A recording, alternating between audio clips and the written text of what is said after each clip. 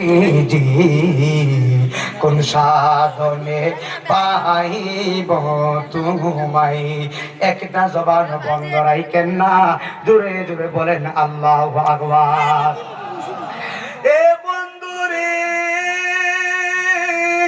ওরে কুমিল্লার মানুষ তিতাসের আব্বু, নাগেরসর গ্রামের বাবা, অন্যান্য গ্রাম থেকে যত মহিলা মা বোন আসছেন, সব গ্রামের নাম আমি জানি না। আমার নবী জঙ্গলে গেছে, জঙ্গলের বাঘ কয় আসসালাতু ওয়াসসালামু আলাইকা ইয়া রাসূলুল্লাহ। আমার নবী কই বাঘ সালাম দিলি কেন? বাঘ বলে ইয়া রাসূলুল্লাহ, আবু জাহেল আপনারে চিনে নাই, আমি বাঘ হইও আপনারে আমি চিনি। সুবহানাল্লাহ, সুবহানাল্লাহ জোরে হইব। নবী কই কি করতে চাও?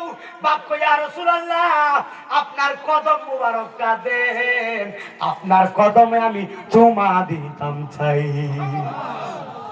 আমি নাইমুদ্দিন আজিজি বলি, এই নাগেরসর প্যান্ডেলের মধ্যে যদি একটা বাঘ আয়, আপনারা কি করবেন? প্যান্ডেলের ভিতরে বাঘ আয়, বাদ দেন নাইমুদ্দিন আজিজির ওয়াজাকে জান বাজানি বড় কথা কয়। আপনারা থাকলে থাকেন, না থাকলে আমি নাই। আমি তো ওয়াজ করলে, আমি তো বাঙালি না। বাঙালি বাঙালি শেষ। আর আমার নবীর কাছে বাঘ আইছে, নবী যায় নাই, বাঘ আইছে আবার সালাম সুবহানাল্লাহ সালাম দিতেছে, বাঘে আমার নবীর চুমা দিতেছে। আমার নবী আরেকটু সামনে গেছে, একটা অজগর সাপ আমার নবীর মাথা মোবারকে ফনা দিয়া এমন ভাবে নবীর ছায়া দিতেছে। নবীকে ছায়া দিচ্ছেন, নবী আমার দিকে তাকান, নবী যে উপরে তাকায়া সাপের দিকে তাকাইছে। আমার নবীকে কিরে সাপ ফনা দিলি কেন? এবার আপনারা বলেন, আমরা সামনে যদি অজগর সাপ হইতো, যারা কথা কয় না তারা মনে সাপে জড়াইয়া ধরতো। হায় হায় হায় হায়, যদি অজগর সাপ হইতো, বাঘলে নইলে কথা কয় না, অজগর সাপ হইলে বাঘলে। আর আমার নবীর সামনে বাগায়া নবীরে তাজিম করতেছে, এমন ভাবে ফনা দিয়ে দাঁড়াইয়া ছায়া দিতেছে।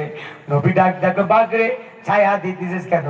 বাঘ ডাক ডাকে, ইয়া রাসূলুল্লাহ, আপনি তো মায়ার নবী, আপনার মাথার উপর দিয়া কোন বাঘ এবং ও পাখির উচ্ছিষ্ট মহিলা যদি আপনি নবীর মাথা মোবারকে পড়ে, আমি তো সহ্য করতে পারবো না।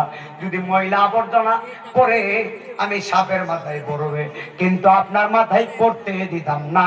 একবার জোরে জোরে বলেন আল্লাহু আকবার। ওই নবীর সাথে আবু জাহিল চুক্তি করছে। আবু জাহেল, মুহাম্মদ, আমি তোমার সঙ্গে বহস করতে চাই। আরে বহস করব?